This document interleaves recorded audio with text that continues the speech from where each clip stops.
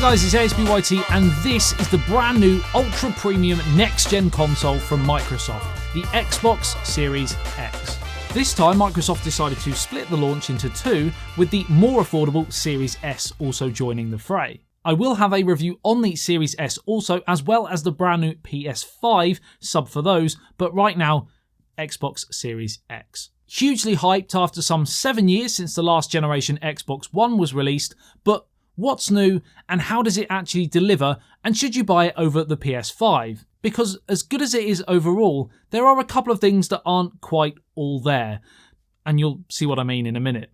Let's dive. So firstly, dimensions. How big is this thing, and where are you going to put it? Well, this is one area where I feel the new Xbox will trump the PS5 for a lot of people, but not everyone. Because it's smaller than the Sony console in height and depth, but even though you can turn it on its side, its width is slightly thicker, so the PS5 would probably work better if you wanted to have it lying within a TV cabinet, etc. Depends on your furniture dimensions, of course. Now, quick note, if you are thinking about where to put this thing, there is a heat dissipation system with a fan blowing hot air out the top here through these holes, so positioning to avoid blocking this section might affect where you might place it in your setup. Now, I know there may be some of you out there screaming, stop showing me pictures of all those holes, you're giving me trypophobia anxiety or whatever it's called, the fear of clusters of small holes, etc. So I won't dwell on this too long, I promise, just long enough to say the green tint that you see within the holes is actually just paint. It's not a light, which would have been pretty cool. It's not too flashy, but it's probably as eye-catching a feature as you're going to get on this new console, with every other design choice being very subtle indeed.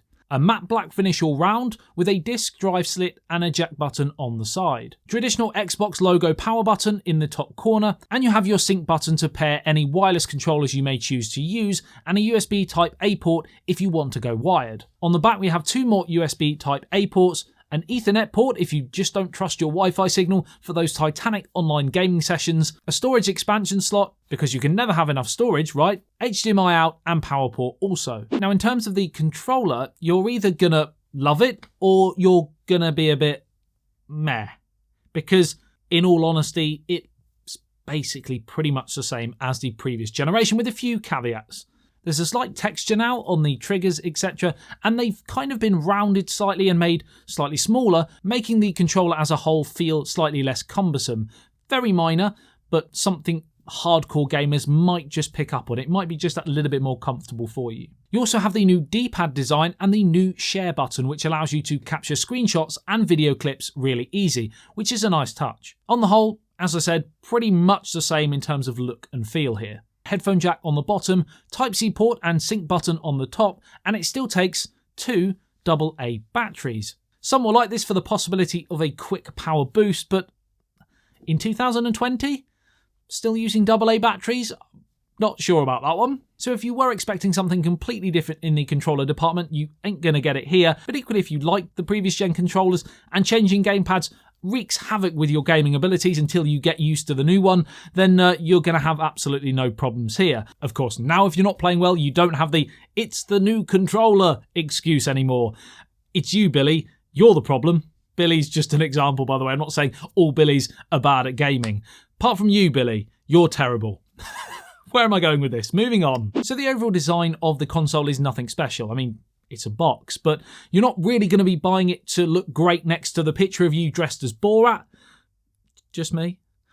You're going to be buying it for the new internals, new features, and new titles, and this is where the Xbox Series X is a bit of a mixed bag, as you'll see. So inside this big black box, we've got some serious power.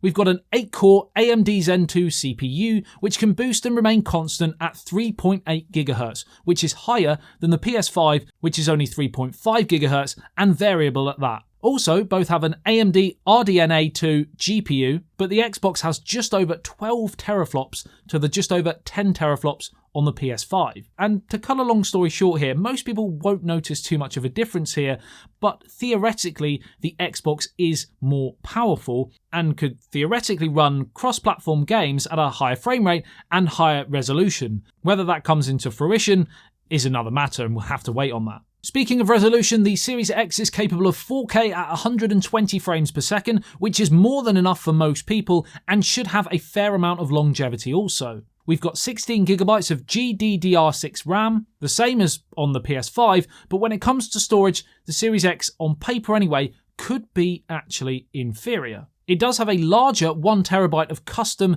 NVMe storage, but with only 2.4GB speed, it could mean that due to the PS5's 5.5GB of speed on its 825GB of storage, games could actually theoretically load quicker.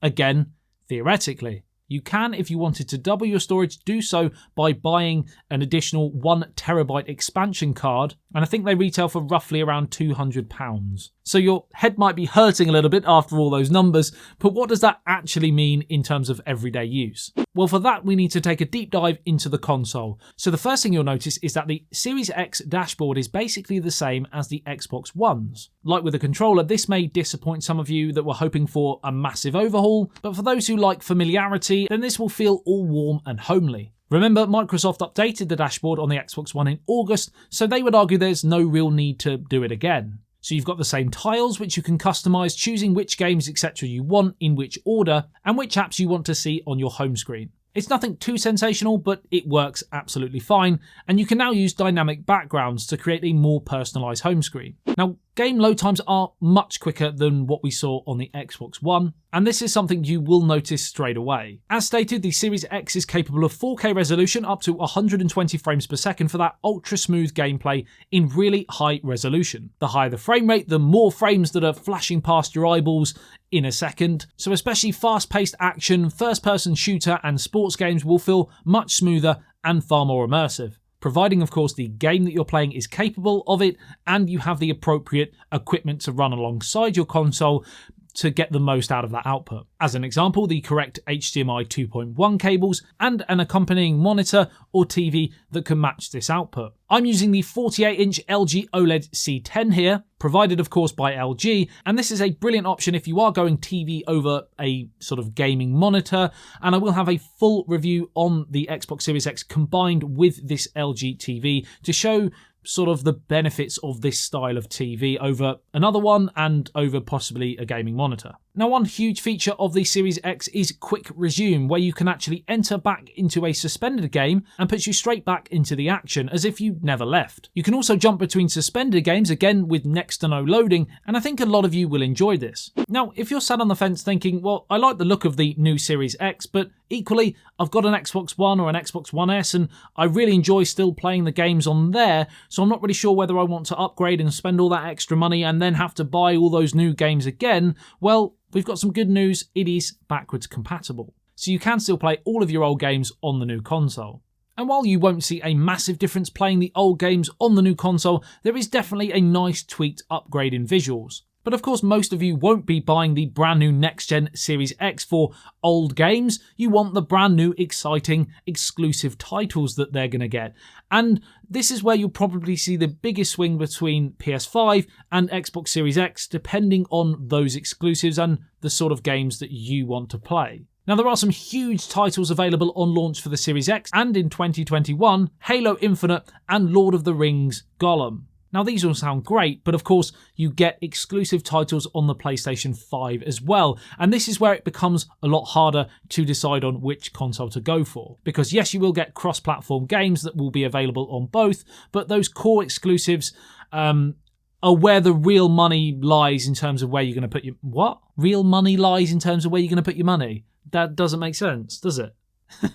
You will have key games that you want to buy, and some of them will only be available on one of the two consoles. So on paper, both consoles will perform excellently and very, very similar. Yes, there will be core differences between the two, but for the average everyday person, you're not really going to notice the difference. So the actual specific gaming titles will probably be more where your decision lies. What games do you want to play, and what games are your mates going to be playing, thus deciding probably what platform you're going to go with.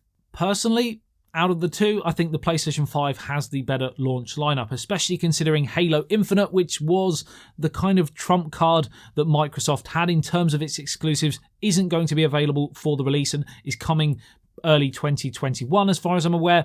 I think that sways me more towards the PlayStation in terms of those exclusives. But even with that being said, there will be hundreds of games coming very soon on both consoles over the coming months. And for those of you that also want to use it as kind of like a media center as well as a gaming center, you have the 4K Blu-ray player with Dolby Atmos and DTS support, and you've got the likes of Netflix, Amazon Prime Video, Apple TV, which is a new one for them, and of course Disney Plus as well, amongst others. So you've got a very nice all-rounded package there, and for I think, and a lot of other people think, a pretty affordable price at £449 it's going to retail for in the UK, and about $499 in the US. I'm not sure about other regions around the world, how it converts. And for what you get, I think Microsoft and Sony have done a pretty good job at keeping the price down. It's not cheap, and obviously with the current situation going on globally, not everyone is going to be able to afford them, but if you can, I think you get quite a lot for your money here, as long as they can continue to deliver the titles that we expect. Is the Series X better than the PS5? And also, do you think it's worth that sort of £200 odd more than the Series S? Let me know in the comments. I'd love to hear your thoughts. Subscribe to see my Xbox Series S video and the PS5 as well, and any future comparisons that you might want to see. Like and share if you enjoyed the video and found it helpful. I love you and leave you. I'll see you in the next one. Take care. Peace out. Do just what you want.